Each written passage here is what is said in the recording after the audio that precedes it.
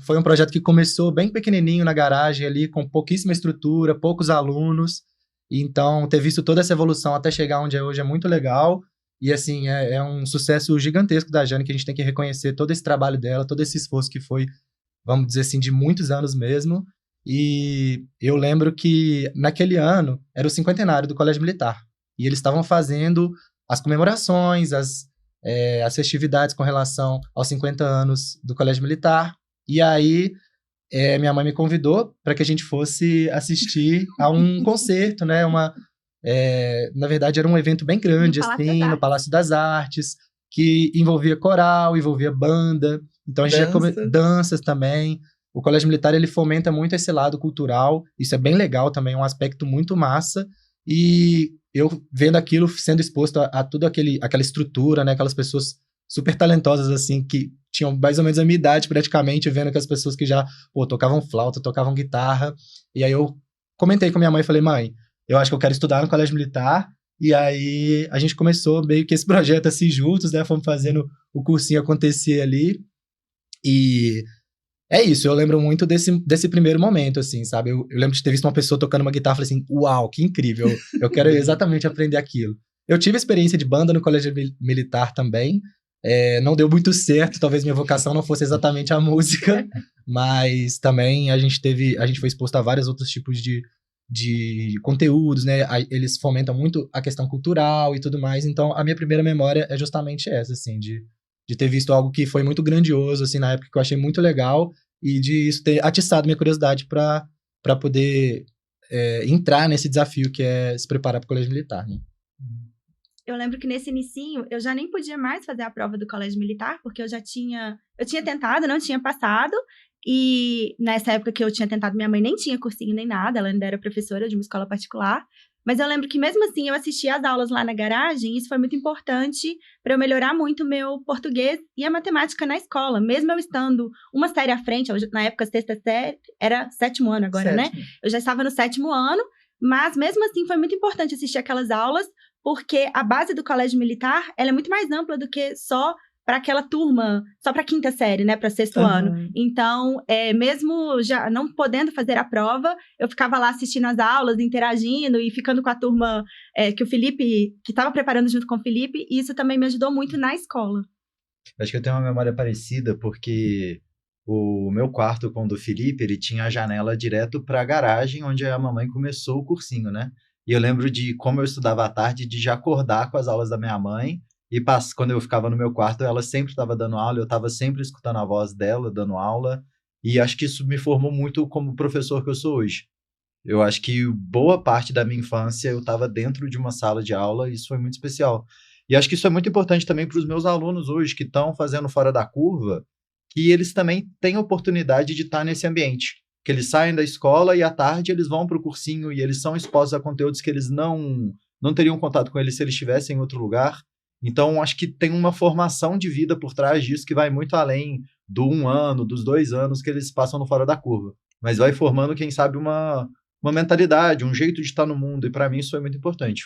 Se eu me entendo hoje como professor, foi porque quando eu era criança eu já estava nesse ambiente.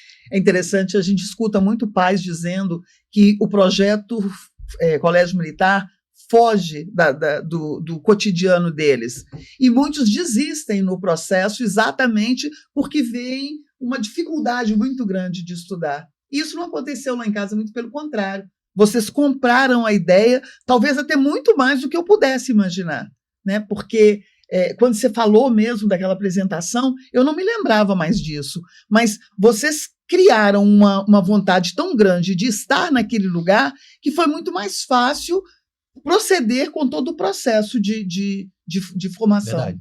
Mas acho também que isso tem muito a ver com nós termos sido incentivados desde muito novinhos também a estudar, a gostar de ler, a querer aprender, a querer ter uma boa educação. Então, não foi uma coisa pontual, mas foi construída ao longo de toda uma vida, desde quando a gente era muito novinho. É isso, esse é um tema que eu quero entrar agora aqui pra gente poder continuar a conversa, que assim, o desafio do Colégio Militar, ele realmente é uma coisa muito desafiadora, principalmente para a idade que a gente está ali. O conteúdo a gente sabe que ele vai além do que o aluno talvez esteja preparado naquele momento, mas antes desse projeto, assim, eu queria falar também, a gente discutir um pouco de como é que foi criado esse ambiente lá em casa, assim, de aprendizado, como é que a gente sempre teve esse fomento aos livros, né? Essa rotina de sempre estar buscando ali alguma coisa que tivesse a ver com o que levou a gente a chegar nesse momento, assim, sabe? Então, a gente sempre teve muito essa coisa de fazer coisas manuais, assim, né? Brincadeiras manuais, massinha, Argila. pô, pega vareta, esse tipo de coisa que é de criança. Depois eu acho que numa segunda fase, assim, dessa infância, jogar jogos de tabuleiro, né? Eu até consigo lembrar, assim, consigo pensar de vários jogos que a gente jogava que talvez tenham incentivado a gente, né? Tipo, eu lembro jogar Lince, por exemplo. É um negócio que, assim, eu acho que atiça muito o seu sistema cognitivo, assim, né? De você ir, pô, caçando ali imagens junto com palavras. Eu lembro de a gente jogar charada, aquele jogo do Discovery também, que, tipo, também tinha várias áreas, né? Então, queria ouvir de vocês também de como é que foi isso. Eu lembro da gente ir pra biblioteca do Lagoa do Nado para poder pegar livrinhos, né? As coleções que a gente lia na época também, coleção Vagalume e outras parecidas. O que vocês lembram, assim, dessa primeira infância, dessa infância um pouquinho mais velho, né? E depois da adolescência até chegar nessa idade do colégio militar, né? Mas você falou primeiro de brincadeiras manuais e depois de livros. Pra mim, na verdade, é uma coisa até que se confunde, porque lá em casa sempre tinha muito livro, e mesmo quando eu ainda não sabia ler, os livros estavam à disposição. E aí eu brincava... Era uma porta, né, que ficava na sala, numa estante. Na sala, e eu lembro fácil acesso. de tirar até muitas vezes Verdade. com o Felipe os livros e brincar de montar castelinho com os livros. E eu nem Vocês sabia brincavam mesmo. pra que aquilo servia, mas eu gostava de empilhar, e eu gostava de ver as figuras e ter contato. Interação total com os livros. E aí eu acho que primeiro eu descobri livro e depois eu descobri literatura, mas quando eu descobri literatura ela não me assustou, porque eu já tinha familiaridade com aquele objeto e já tinha até um gosto por ele, de ter aquilo na mão, de querer manusear, de ver as imagens, de sentir a textura. Eu acho que foi muito importante começar desde cedo com isso. E tem uma importância da literatura infantil nesse sentido, né? Os livros serem mais coloridinhos, às vezes tem aqueles que você abre, salta um castelo. Verdade. E aí eu lembro que a gente tinha um livrinho que tinha uma calculadorazinha embutida. Tinha um do relógio também.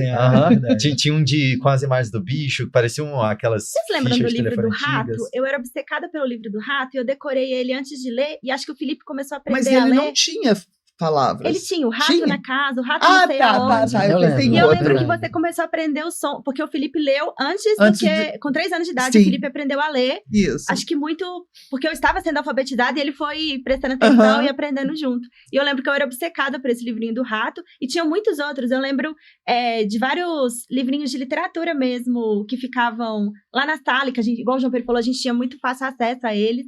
E você trazia esses livrinhos, além de levar a gente na biblioteca. Verdade. E eu também tenho uma memória de ir na livraria.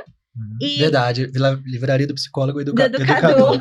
Você sabe por que eu escolhia? Porque lá não tinha aquele apelo midiático. Vocês entravam, Tinha uma assentavam mesinha, né? uma mesinha pequenininha, lá vocês viam os livros e vocês podiam escolher. Eu acho que era uma coisa da realidade da nossa época também, que muitas vezes você não tinha condição de dar presentes pra gente, aniversário, às vezes não dava pra dar um presente pra gente, Dia das Crianças, mas no Natal você sempre fazia uma concessão, que era nos levar essa livraria e falar, você pode pegar o que você quiser. Não, mas tinha uma cota. Tinha. Eu falava tanto que vocês sabiam que dentro daqueles valores... Pra mim era muito...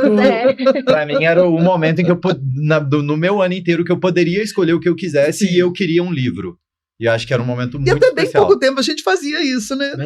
Verdade. Tem pouco tempo que parou. E também frequentar não só bibliotecas, mas bibliotecas públicas, né? Lá perto onde é o Fora da Curva tem o Parque Lagoa do Nado, que tem uma biblioteca, qualquer pessoa pode chegar lá e pegar os livros de empréstimo da prefeitura, e um espaço legal, com a lagoa, com um parquinho, e a gente levava os livros e brincava lá. Eu acho que o primeiro livro que eu li foi o Flicts, do Ziraldo, lindo. E foi na livraria na biblioteca do Lagoa do Nado, com você, foi. Eu também tenho uma memória que era pegar os livros e ler eles em voz alta pra você. E você ficava me ajudando a entonar, fazer entonação. Eu era muito tímida, então eu tinha um pouco de dificuldade de falar. Na escola eu lembro que eles incentivavam a apresentar livros para os coleguinhas, e eu lembro que você empolgava muito e fazia fantoche pra gente poder apresentar junto. Do jacarezinho. Eu tinha um do esquilinho, assim. Aí eu lembro que você empolgava e você participava muito também dessas atividades de leitura. Você não só entregava o livro pra gente, mas também ficava ali ouvindo. Eu lembro que eu li a coleção de Monteiro Lobato inteira pra você em voz alta.